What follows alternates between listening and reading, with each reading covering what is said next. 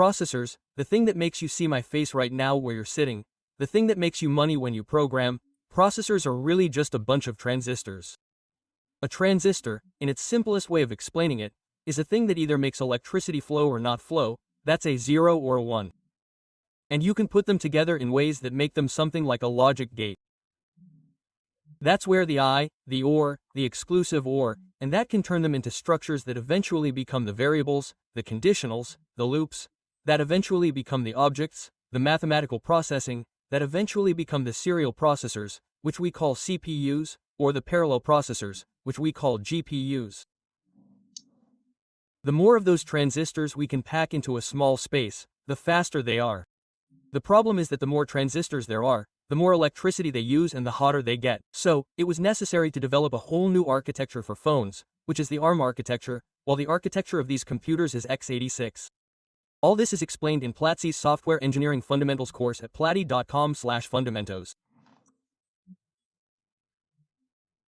The problem is that as transistors get smaller, we can't make them any smaller because we're hitting the atomic limit of processors. Look at this. What you see on the right is the size of a human hair, 50 nm in diameter. Then you have a human chromosome, a bacterium, and then you have what is called a logic gate in 98 and a logic gate in 2005 of 0.1 nan.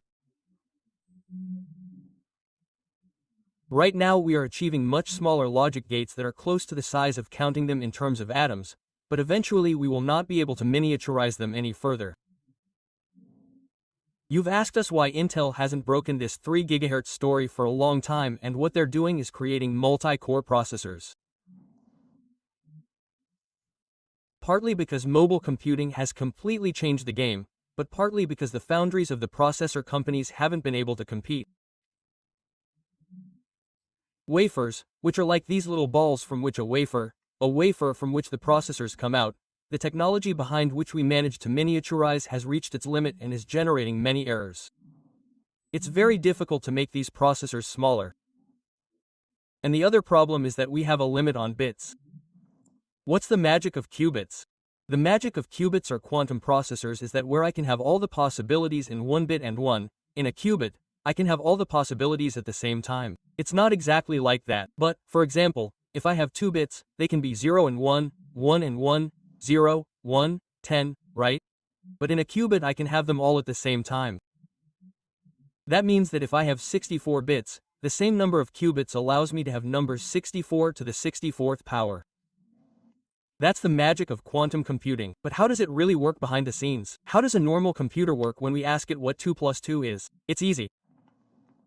A normal computer takes these numbers, reduces them to their simplest form 1 plus 1 plus 1 plus 1, and it knows that 1 plus 1 plus 1 plus 1 is Ig.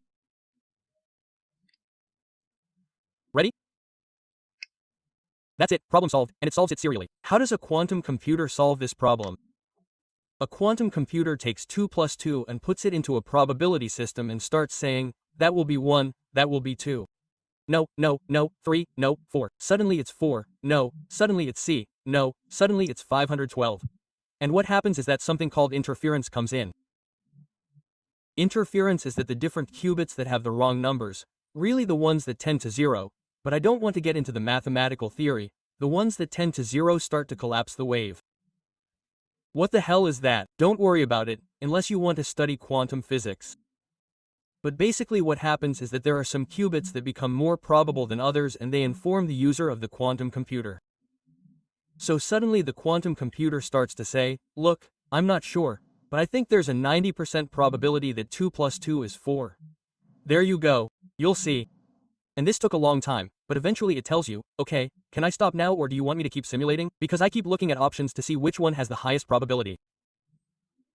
And those that are further away have a different wave amplitude or a greater probability of error or a stronger interference collapse.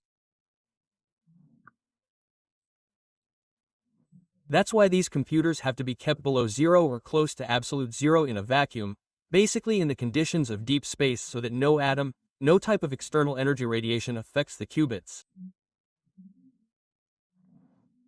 This seems super unnecessary for a 2 plus 2, right? Really, for most cases, quantum computers are useless. A quantum computer is not going to replace an Excel spreadsheet. It is not going to replace the ability to write a letter in Word. It is not going to replace a browser that allows us to see kittens on the internet. No. For that, our normal computers are still very good. But for example, there are some mathematical problems that are very difficult. For example, factors, prime numbers, and the divisibility of a number. By what is 91 divisible? How many numbers are there by which 91 can be divided? Do you know how this is done in classical mathematics? You take 91 91sts as 1, so all numbers are divisible by themselves. But, for example, 91 has a problem, and that is that half is 45.5, which would be an irrational number. No, it is not an irrational number. It is a number, well, it is a number with a decimal. How many numbers without a decimal is 91 divisible by? How many natural numbers is it that a normal computer has to do to find the answer to that? It is very easy. You cycle the number 91 through all the options. 99, not this one, not this one, not this one, not this one, div this one, not this one. There are a lot of options.